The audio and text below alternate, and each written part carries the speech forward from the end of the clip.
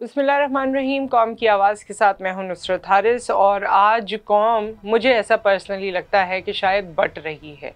Divide and rule के ज़रिए हमेशा हमें बांटा गया है और डिवाइड एंड रूल के ज़रिए हम पर हुक्मरानी की जाती रही है। आज का सवाल ये नहीं है कि कौन सही है कौन गलत है, आज का सवाल ये है कि हम किस तरह अनइंटेंशनली बंटते चले जा रहे हैं। पहले तो हम बटे हैं कि वो लोग जो इमरान खान साहब के सपोर्टर्स हैं और वो लोग जो इमरान खान साहब के सपोर्टर्स नहीं हैं। सबकी अपनी अपनी राय बिल्कुल हो सकती है और सबको अपनी राय देने का या रखने का हक भी भरपूर है, लेकिन उसके बाद हमने देखा है कि जब भी इंतशार की कुव्वतें सख्त होती हैं, तेज़ होती हैं, तो उसके बाद कोशिश यही की जाती है कि लोगों को बांटा जाए। अब या तो वो हम मजहबी तौर से बांट सकते हैं, या आपने देखा है लैंग्वेज के बेसिस पे हम एक दूसरे को बांट देते हैं, बॉर्डर्स के बेसिस पे, ये जो डिफरेंट सूबों के बॉर्डर्स हैं उसके बेसिस पे हम एक दूसरे को बांट देते हैं। और आज जो हमारे मुल्क की सूरत हाल है उसमें हम ये एक्सपेक्ट नहीं कर सकते या उसमें हम ये झेल नहीं सकते कि हमारे साथ दोबारा हमें बांटा जाए और फिर हम पर जुल्म किया जाए। सूरत हाल कुछ इस तरह से, आप सब जानते हैं कि इमरान खान साहब लॉन्ग मार्च करना चाहते हैं। इमरान खान साहब का एक ही तकाजा है कि उनको बताया जाए, असेंबलीज़ को तहलील किया जाए और उनको बताया जाए कि इलेक्शन की डेट क्या है। और यही बात जब पिछली लॉन्ग मार्च की गई, जब इमरान खान साहब को हटाया गया, उस वक्त पीपल्स पार्टी का, PMLN का, सबका यही एक मुतफ़िका नैरेटिव था कि जी ये कुछ अरसे में हमें इलेक्शंस करवाने और हम उसकी तैयारी कर रहे हैं। इलेक्शन कमीशन को कुछ टाइम चाहिए था और उस टाइम को हमेशा इलेक्शन कमीशन ने कहा कि जी हम अगस्त से पहले, और फिर उन्होंने पहले कहा था अक्टूबर से पहले, फिर अगस्त से पहले हम इलेक्शंस नहीं कंडक्ट कर सकते। और इसी कोई बेसिस बनाते हुए अभी एक सेटअप बनाना था और मौजूदा हुकूमत ने वो सेटअप बनाया, उसे आगे लेकर चल रहे थे। अगर इमरान खान साहब ने ये कहा है कि मुझे इलेक्शन की डेट चाहिए, तो इस बात को एमिकेबली रिजॉल्व किया जा सकता था। इस वक्त जो हुकूमत की या ओवरऑल हमारी सियासी सूरत हाल है, उसे देख के ऐसे लगता है कि एक विलन है, एक हीरो है और उसकी तकरार चल रही है या ये कोई फिल्मी मंजर है। देखिए, जब हुकूमतें चलाई जाती हैं तो ऑपोजिशन का अपना रोल होता है, हुकूमत में जो इक़्तिदार में लोग होते हैं उनका अपना रोल होता है और सबकी अपनी अपनी से होती है।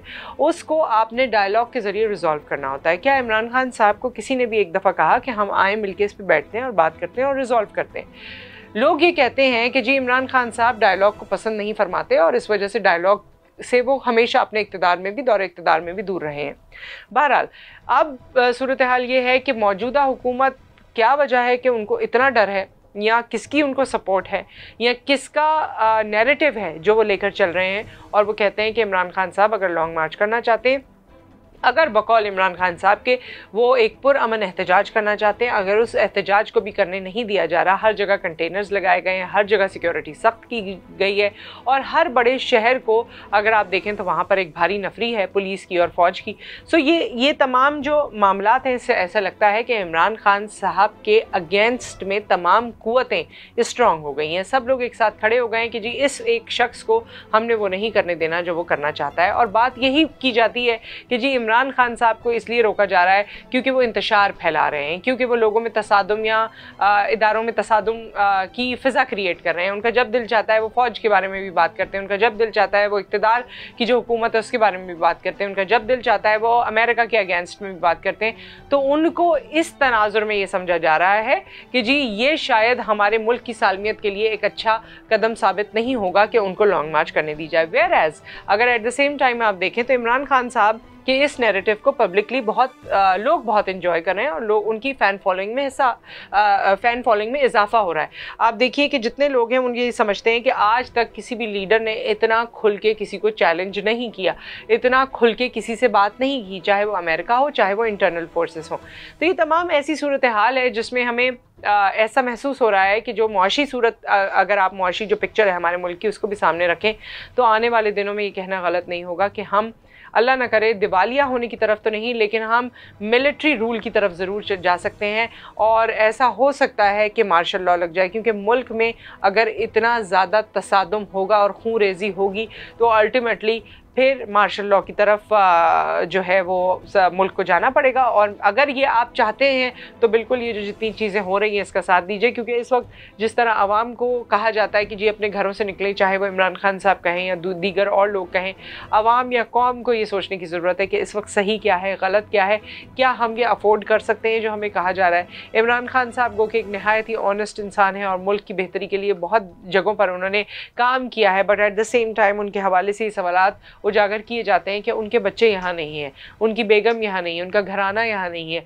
उनको उनके मुआश की फ़िक्र नहीं है, अपनी वो ज़िंदगी सादा गुजारते हैं, लालची आदमी नहीं हैं, कोई उनको लालच नहीं है। लेकिन मैं और आप, हम सबका सारा स्टेक यहीं है, हमारे बच्चे यहीं पढ़ते हैं, हमारी नौकरियां यहीं हैं, यहाँ डे टू डे वर्कर भी है। आज अगर ये मुल्क बंद हो जाएगा, आज अगर खुदा न खास्ता यहाँ पर मुआशी इस्तेहकाम नहीं रहेगा और चीज़ें बंद होना शुरू हो जाएंगी, तो हम खाएँगे कहाँ से, हम अपनी ज़िंदगियों को चलाएँगे कैसे? ये वाली टेंशन इमरान खान साहब को नहीं है। वो बिल्कुल चाहते हैं, जो उनका नज़रिया सामने आता है, कि मुल्क बेहतर हो सके, but at the same time मुल्क बेहतर तब होगा जब लोगों की हालत ज़ार भी बेहतर होगी। लोग अपनी हालत को, अपना भूखा पेट रख के, बच्चों को भूखा रख के इस लड़ाई को नहीं लड़ सकते। तो सोच समझ के इस पूरा ये जो एक सिचुएशन बन रही है, इसमें अपना नैरेटिव सामने लेकर आइए और देखिए, अपने मुल्क के लिए दुआ कीजिए। मैं तो जब से हम ये प्रोग्राम करते हैं आपको यही गुजारिश करती हूँ कि दुआ कीजिए, क्योंकि दवा तो कोई हो नहीं रही और ऐसी दवा हमें नज़र आ नहीं रही जिसमें मुल्क के लिए कोई काम किया जाता हो। आप एक जगह से पत्थर उठाते हैं, वहाँ 4 मसले नज़र आ जाते हैं, दूसरी जगह से उठाते हैं, वहाँ 4 मसले नज़र आ जाते हैं।